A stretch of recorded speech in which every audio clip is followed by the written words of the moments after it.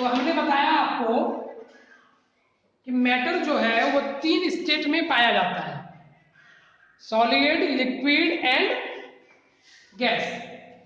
और इसका जो बेसिक डिफरेंशिएशन है ये यही है, ठीक है, कि पार्टिकल सॉलिड में नजदीक होते हैं, लिक्विड्स में दूर दूर, और गैस में क्या होता है, बहुत ज्यादा दूर होता है। इसी की वजह से इन तीनों का हर प्रॉपर्टी डिफरेंशिएट करता है, ठीक है। तो ये हम लोग पढ़ चुके हैं मैटर इन और सराउंडिंग में कि मैटर क्या होता है, कितने स्टेट्स में पाया जाता है, उनकी क्या क्या प्रॉपर्टीज है, पार्टिकल्स का कैरेक्टरिस्टिक पढ़ चुके हैं। अब हम लोगों को एक छोटा टॉपिक दिया गया है, इस मैटर के स्टेट पर हीटिंग इफेक्ट, ठीक है, और दूसरा प्रेशर का इफेक्ट। अब समझिएगा जरा सा, सॉलिड में, लिक्विड में, गैस में मैटर तीनों स्टेट में पाया जाता है। तो जब ये चीज हमको मालूम चल गया तो हमारे मन में एक प्रश्न उठता है, क्वेश्चन उठता है कि ऐसा क्यों है कि मैटर सॉलिड में भी पाया जाता है, लिक्विड में भी पाया जाता है और गैस में भी पाया जाता है। तो हमको मालूम चला ये इसके कंस्टिट्यूएंट पार्टिकल की वजह से है। फिर हमने सोचा कि अगर मैटर इन तीनों स्टेट में पाया जाता है तो इसका मतलब है कि हो ना हो इनका एक दूसरे में ट्रांसफॉर्मेशन होता होगा। ये सॉलिड से लिक्विड बनते होंगे तभी तो लिक्विड में पाया जाता है, लिक्विड से गैस बनता होगा तभी तो गैस में पाया जाता है। तो ये क्वेश्चन जो है हमारे मन में बार बार उठने लगा, और उसके लिए बहुत सारे अलग अलग साइंटिस्ट ने क्या क्या अलग अलग रिसर्च करना शुरू किया। तो उन्होंने पाया कि मैटर जो अपना स्टेट चेंज करते हैं ये इन 2 कारणों से होता है। किन किन कारणों से? सबसे पहला हीट की वजह से ऐसा होता है, या दूसरा प्रेशर की वजह से ऐसा होता है, ठीक है। इन्हीं 2 इफेक्ट्स को अब हम लोगों को पढ़ना है इस चैप्टर में, छोटा सा टॉपिक है। सबसे पहले हम लोग हीट से स्टार्ट करते हैं। हीट में इफेक्ट को पढ़ने के लिए एक टर्म को आपको जानना जरूरी है, टेम्परेचर। नोट्स आपको दिया गया है, घबराना नहीं है, नोट्स में सब चीज लिखा हुआ है, बस आप समझ लीजिए। तो हीट का इफेक्ट कहने का मतलब होता है टेम्परेचर। टेम्परेचर कहते किसको है?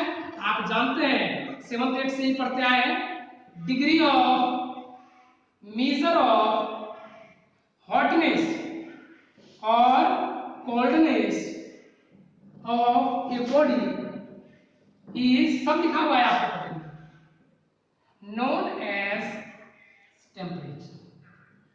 कोई भी बॉडी कितना ज्यादा गर्म है या कितना ज्यादा ठंडा है, इसका जो स्केल मेजरमेंट होता है उसी को हम लोग क्या कहते हैं? टेम्परेचर कहते हैं। कहने का मतलब है इस चैप्टर में सॉलिड पर जो हम हीट के प्रभाव को देखेंगे, कैसे देखेंगे? With the help of temperature. हम क्या करेंगे? ऑब्जेक्ट का टेम्परेचर बढ़ाएंगे और देखेंगे कि स्टेट में क्या क्या हो रहा है, या टेम्परेचर को कम करेंगे और देखेंगे कि स्टेट का क्या कैसे चेंजिंग हो रहा है।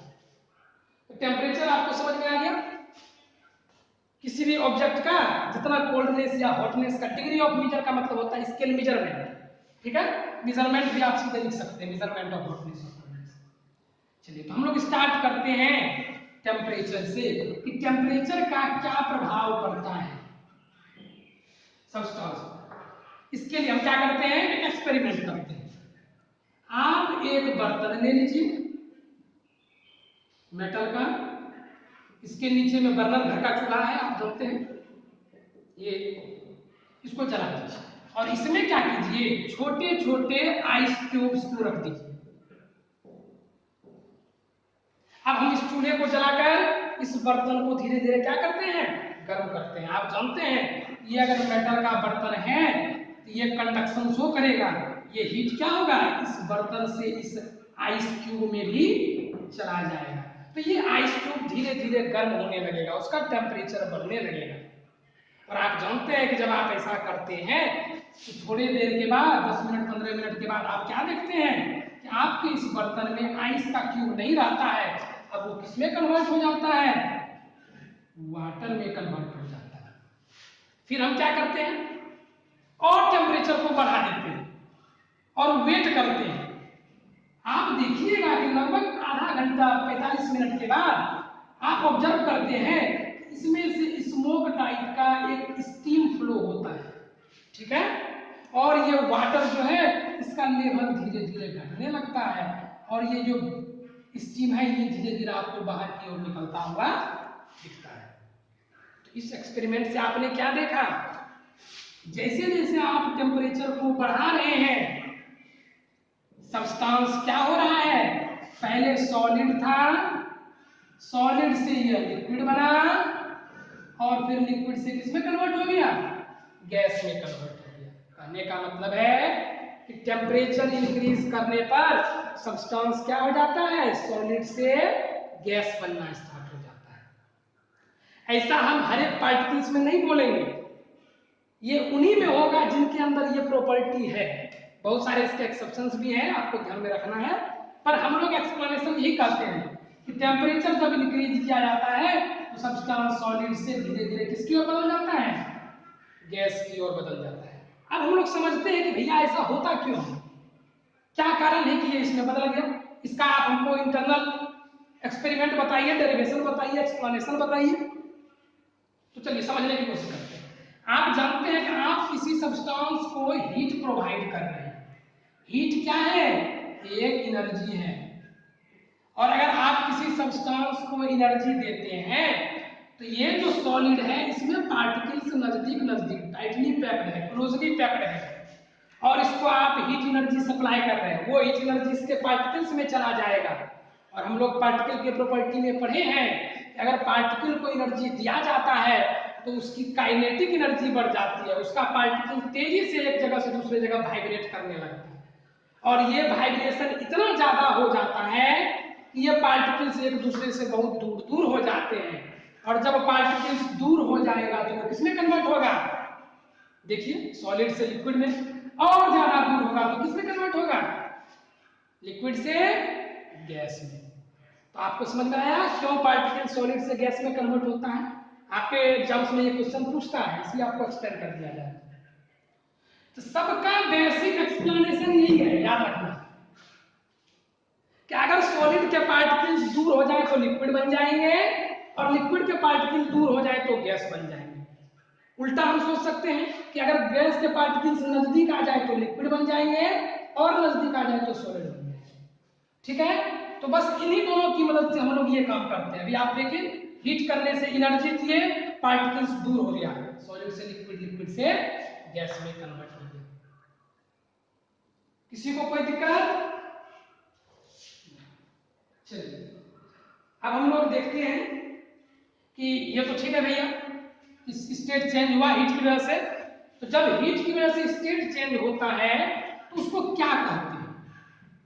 अब तीनों पार्टिकल्स को हम लोग लेंगे,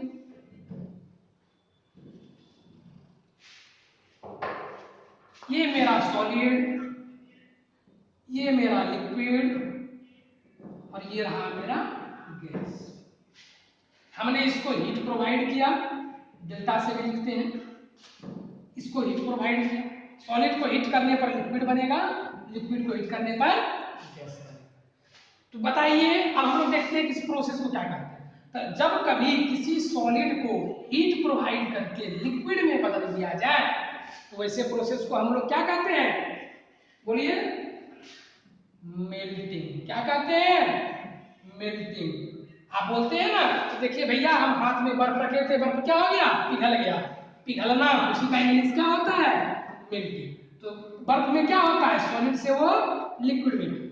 साइंस को डेली लाइफ से जितना ज्यादा आप रिलेट करेंगे आपको चीज याद रखने की जरूरत नहीं है, आप इसको डेली एक्सपेरिमेंट से अपने आसपास के सराउंडिंग के फेनोमेना से रिलेट कीजिए। तो सॉलिड बर्फ रखा था, पिघल गया भैया, पानी बन गया, दैट इज मेल्टिंग। तो मेल्टिंग को डिफाइन करना हो तो हम लोग क्या बोलेंगे, the process of changing of solid into liquid by heating is known as melting. अब आगे समझते हैं, लिक्विड से गैस बनना, ठीक है।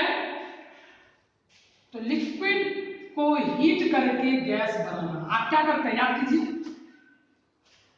मम्मी बोलती है सुबह सुबह पानी पीना है, उबाल के पियो, उबालना, बॉइलिंग। ठीक है, तो the process of changing liquid into gas on heating is known as boiling. ये दूसरे तरीके से भी किया जाता है, एक और प्रोसेस है इवेपोरेशन, इसको हम लोग आगे पढ़ेंगे। तो अभी हम लोग सिर्फ ये जानते हैं कि सॉलिड को हीट करके लिक्विड में बदलना ये क्या कहलाता है, मेल्टिंग कहलाता है, और लिक्विड को हीट करके गैस में बदलना ये क्या कहलाता है, बॉइलिंग कहलाता है। अब रिवर्स चलते हैं कि अभी हम लोग हीट किए मतलब टेम्परेचर इंक्रीज की, ऐसा भी तो हो सकता है कि सर टेम्परेचर को डिक्रीज करें, जैसा कि हम लोग रेफ्रिजरेटर फ्रिज वगैरह में करते हैं, कूलर एसी वगैरह में करते हैं, तो उसको समझते हैं। आप जानते हैं इंक्रीज का रिवर्स प्रोसेस होगा डिक्रीज में, कि गैस है अगर आप टेम्परेचर को डिक्रीज कीजिएगा, माइनस डेल्टा लिख रहे हैं, समझिएगा क्या लिख रहे हैं, माइनस डेल्टा, मतलब कि डिक्रीज है, तो गैस किसमें कन्वर्ट हो जाएगा, लिक्विड में, और फिर लिक्विड को और ज्यादा टेम्परेचर गिरा देंगे तो किसमें कन्वर्ट हो जाएगा, सॉलिड में। अब इसको समझते हैं, इस प्रोसेस को क्या कहते हैं, ठीक है। तो चलो, गैस से लिक्विड में चेंज ये क्या कहलाता है, कंडेंसेशन। ये हम लोग 7th में पढ़ चुके हैं हीट चैप्टर में। और फिर लिक्विड से सॉलिड में चेंज क्या कहलाता है, फ्रीजिंग, बर्फ का जमना, बोलते हैं ना कि पानी से बर्फ जम गया, दैट इज फ्रीजिंग। तो कैसे डिफाइन करेंगे कंडेंसेशन को, the process in which gas is converted into liquid by cooling और decreasing temperature कह सकते हैं, is known as condensation। उसी तरह the process of converting liquid into solid on cooling or decreasing temperature is known as freezing। तो ये 4 topic है, आपको समझना है।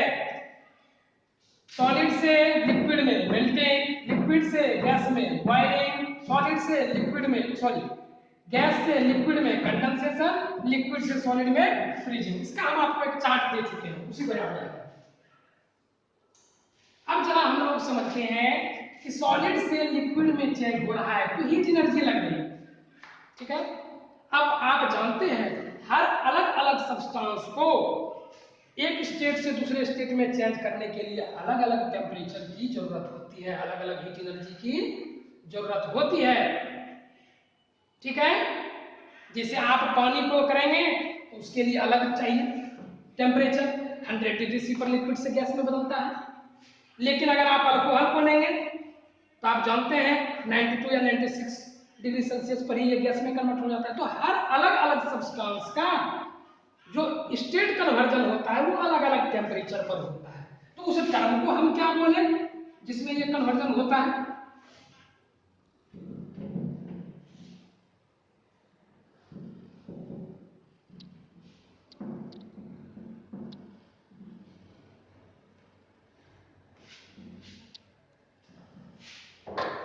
तो उस टर्म को हम लोग क्या बोलते हैं, लेटेंट हीट। याद रखना है लेटेंट हीट क्या होता है, तो the heat energy required to convert 1 kg of one state to another is known as latent heat। latent heat क्या होता है, किसी भी सब्सटेंस के, मान लीजिए ये मेरा क्या है आइस, इसका 1 kg आप ले लीजिए और इसको आप किसमें बदल रहे हैं, वाटर में बदल रहे हैं। तो इसमें जितने हीट एनर्जी की जरूरत पड़ेगी उस हीट एनर्जी को ही हम लोग क्या बोलते हैं, लेटेंट हीट कहते हैं, ठीक है। 1 किलो बर्फ ले लेना है और उसको क्या करना है, हीट करना है। देखिए कितना हीट एनर्जी लग रहा है जो कि वो पूरा पूरी वाटर में कन्वर्ट हो जाए, उसी को हम लोग क्या बोलते हैं, लेटेंट हीट बोलते हैं।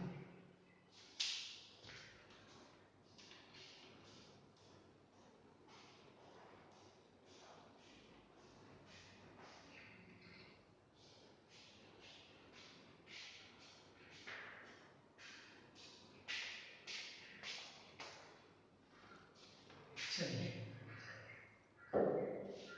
अब ये लेटेंट हीट दो तरह का होगा। कितने तरह का होगा?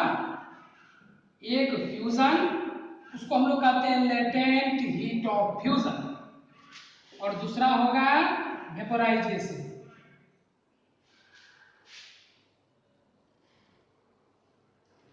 दूसरा क्या होगा? वेपोराइजेशन, उसको बोलेंगे लेटेंट हीट ऑफ वेपोराइजेशन। अब समझिए इसको, आप जानते हैं स्टेप 3 है, आइस, वाटर और वेपर, मतलब कि सॉलिड, लिक्विड और गैस। तो सॉलिड से लिक्विड में बदलने के लिए जो लेटेंट हीट का जरूरत होगा उसी को हम लोग क्या बोलते हैं? Latent heat of fusion. और लिक्विड से गैस में बदलने के लिए जितने हीट एनर्जी की, लेटेंट हीट एनर्जी की जरूरत होगी वो क्या कहलाएगा? Latent heat of vaporisation. हम समझते हैं, डिफाइन कर दिया। Latent heat of fusion, the heat energy required to convert 1 kg of solid into liquid at constant temperature is known as latent heat of fusion. उसी तरह इसको भी latent heat of vaporization को भी डिफाइन कर सकते हैं। The heat energy required to convert 1 kg of liquid into gas at constant temperature is known as latent heat of fusion. अब जरा समझिएगा कि हमने एक नया टर्म अभी तुरंत जोड़ा, कांस्टेंट टेम्परेचर। ऐसा क्यों भैया? टेम्परेचर कैसे कांस्टेंट रहेगा जब आप हीट एनर्जी दे रहे हैं? तो ये रहेगा, हम आपको बता रहे हैं कैसे रहेगा। होता क्या है, क्यों टेम्परेचर कांस्टेंट? चलिए करते हैं एक एक्सपेरिमेंट। ये ले लिया हमने एक्सपेरिमेंट के लिए बर्तन, इसमें हम आइस को रख देते हैं। ठीक है, टेम्परेचर दे रहे हैं, यहां से बर्नर है हमारा ये। आप जानते हैं कि आइस जो है वो वाटर में कितने डिग्री सी पर कन्वर्ट होता है? 0 डिग्री सी पर। अभी मान लीजिए जब ये आइस है, इसकी टेम्परेचर कितनी है? -2 डिग्री सी। कितनी है? -2 डिग्री सी। जैसे ही आप इसको हीट प्रोवाइड करेंगे, ये हीट इस आइस में चला जाएगा और इसके टेम्परेचर को धीरे धीरे धीरे धीरे डिक्रीज करना शुरू करेगा। -1.5, -1.4, -1.3, इस तरह से हम लोग बढ़ेंगे। -1 आएगा, -0.9, -0.8, इस तरह बढ़ते बढ़ते ये 0 डिग्री सी पर चला जाएगा। जैसे ही टेम्परेचर 0 डिग्री सी हो गया है सब्सटेंस का, अब आप जानते हैं कि 0 डिग्री सी पर इसको किसमें बदलना है? वाटर में। लेकिन स्टेट को चेंज करने के लिए तो एनर्जी चाहिए, पार्टिकल्स को दूर करना है तो उसके लिए क्या चाहिए? एनर्जी। तो इसके बाद 0 डिग्री सी पर जैसे ही आता है सब्सटेंस, जो भी आप हीट सप्लाई करते हैं वो हीट कहां चला जाता है? इसके स्टेट को बदलने में यूज होने लगता है, इसको दूर करने में यूज होने लगता है, और उसकी वजह से क्या होता है? इसका टेम्परेचर बदल नहीं सकता है। आप इसको ऐसे समझिए कि हम एक पाइप ले रहे हैं, इधर से हम पानी गिराना स्टार्ट। आप जानते हैं अगर इधर होल खुला हुआ है, ओपन है माउथ, तो ये पानी डायरेक्ट इधर चला है। लेकिन अगर किसी कारणवश हम गैप क्या कर दें? यहीं बीच में बना दें, इसके रास्ते में रुकावट डाल दिए, तो आप जानते हैं ये पानी क्या होगा? डायरेक्ट इधर से बाहर चला जाएगा। ऐसा क्यों? क्योंकि इस पानी को जहां यहां आना था उससे पहले ही इसको ब्लॉकेज मिल गया, तो ये क्या कर गया? इसी रास्ते से निकल गया। वही चीज यहां होता है कि जैसे आप जब तक आप इसको टेम्परेचर दे रहे हैं -2 पर है, तो ये तो अपना टेम्परेचर बदलेगा, डायरेक्ट सारा हीट चला जाता है उस पार्टिकल में। और थर्मामीटर अगर आप इसमें रखिएगा, देखिएगा आप उसका टेम्परेचर चेंज हो रहा है। लेकिन जैसे ही 0 डिग्री सी पर चला आया, देखिएगा आप एकदम थर्मामीटर स्टॉप हो जाता है, 0 से बढ़ता ही नहीं है। कब तक नहीं बढ़ेगा? जब तक कि आइस सारा का सारा किसमें कन्वर्ट ना हो जाए? वाटर में कन्वर्ट ना हो जाए। क्योंकि अब जो भी आप हीट दीजिएगा ना 0 डिग्री सी पर, वो सारा हीट इसका टेम्परेचर बढ़ाने में यूज नहीं हो पाएगा, वो किस में यूज हो जाएगा, उसको दूर करने में यूज होने लगेगा। तो वो पार्टिकल को दूर करने में लग जाता है एनर्जी, तो टेम्परेचर नहीं बढ़ पाता है और 0 डिग्री सी पर ही रह जाता है। और उसी 0 डिग्री सी पर जितना हीट एनर्जी आप पार्टिकल को देते हैं स्टेट को चेंज करने के लिए, वही क्या कहलाता है, लेटेंट हीट। तो याद रखना है लेटेंट हीट जो है ये किस समय आप कैलकुलेट कीजिएगा, तो एग्जैक्ट उसके किस पॉइंट पर, मेल्टिंग पॉइंट पर। इसको हम लोग ये जो टेम्परेचर है जिस टेम्परेचर पर मेल्ट करता है इसको मेल्टिंग पॉइंट कहते हैं। वाटर से गैस जिस टेम्परेचर पर बदलता है उसको बॉइलिंग पॉइंट कहते हैं। तो याद रखना है कि मेल्टिंग पॉइंट या बॉइलिंग पॉइंट पर ही लेटेंट हीट को कैलकुलेट किया जाता है। सबको समझ में आ गया? आगे बढ़ते हैं। लेटेंट हीट आपका हो गया। दो है, सॉलिड से लिक्विड तो फ्यूजन, लिक्विड से गैस तो वेपराइजेशन। अब आगे हम लोग एक और छोटा टर्म है, तो आपने टेम्परेचर के इफेक्ट को देखा कि टेम्परेचर बढ़ाने से सब्सटेंस के पार्टिकल का काइनेटिक एनर्जी बढ़ जाता है। Temperature increase leads to increase in kinetic energy and changes the state from solid to gas। ऐसा आपको यही शॉर्ट छोटा छोटा बनाकर रखना है। पूरे चैप्टर को हमें नोट पॉइंट को एक इस टर्म से समझ जाए कि टेम्परेचर बढ़ेगा तो काइनेटिक एनर्जी बढ़ेगा पार्टिकल का, पार्टिकल दूर होगा सॉलिड से लिक्विड से गैस। आगे हम लोग देखते हैं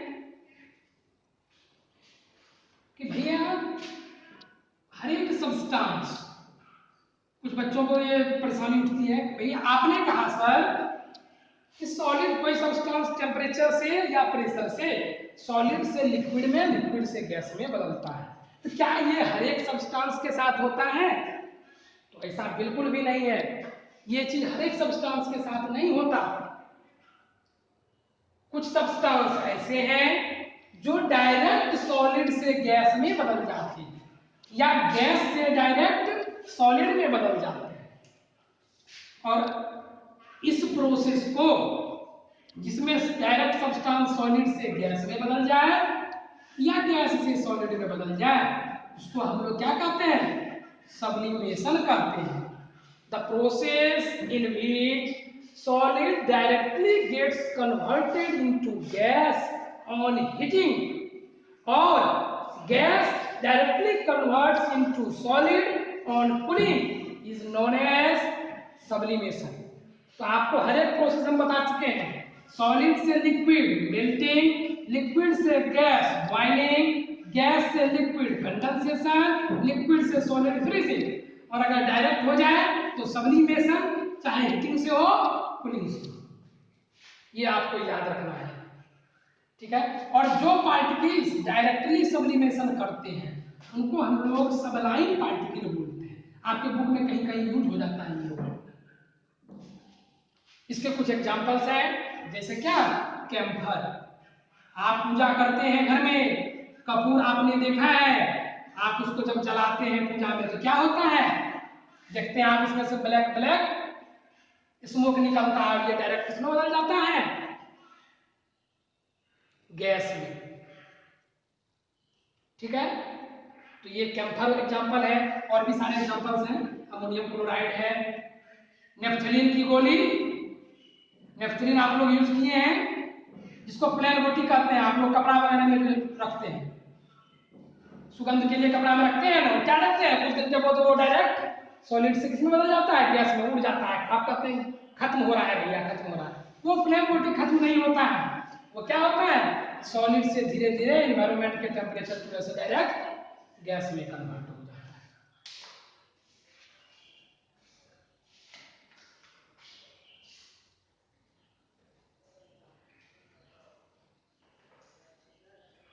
हाँ बोलिए, क्या दिक्कत है?